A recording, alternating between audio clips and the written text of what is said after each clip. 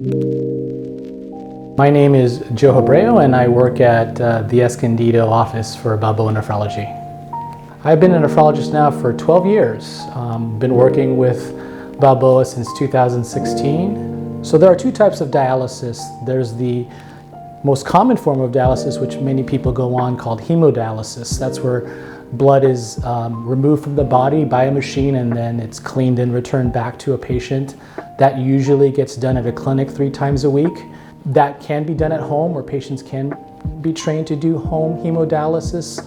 And then the second type of dialysis is called peritoneal dialysis. That's a type that's done at home, where dialysis fluid, as we call it, is then instilled into the body through a catheter, where that's mixed with blood to then perform dialysis within the body and then drained out of the body by a machine that patients get trained to do at home.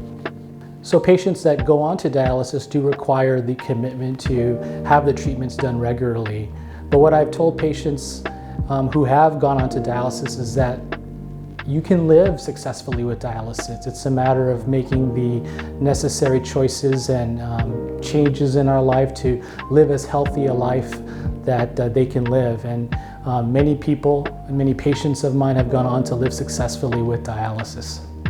The most important things that I stress for patients when they're on dialysis is being compliant with the treatments, following what your doctor has to say about your dialysis treatments, along with the medications you take. Medications are important to help maintain the problems that a patient on dialysis may continue to have. And then of course the diet and exercise that's important to maintain our health is a very important part of how dialysis patients can live as healthy a life as they can live. Some patients can feel like they get worn out or tired after dialysis. That can be common in some patients. That can vary depending upon a patient's tolerance and symptoms that they may have related to the treatment. But that generally passes after a period of time, and there are some who don't have any symptoms of being worn out or washed out after dialysis.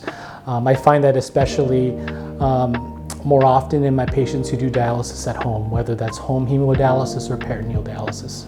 When you're on dialysis, it's providing a support to your body that you won't necessarily feel symptoms right away if you are not complying with the treatments. But the dialysis does provide that support, and over time, if a patient does not get their treatments regularly, then they'll start to feel sick, and unfortunately that would lead to problems like potentially being hospitalized or worse.